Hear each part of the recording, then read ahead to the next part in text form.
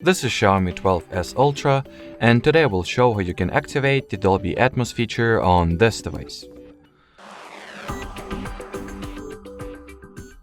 So first and foremost, you will need to launch settings, then find and open the sound and touch category. Next, scroll the page all the way down, enter the sound effects section, and in here at the very top of the sound effects page, you can see the Dolby Atmos toggle, which you obviously have to switch on.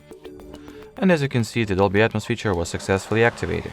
From here, if needed or required, you can change the preset that is being used and play with the graphic equalizer function.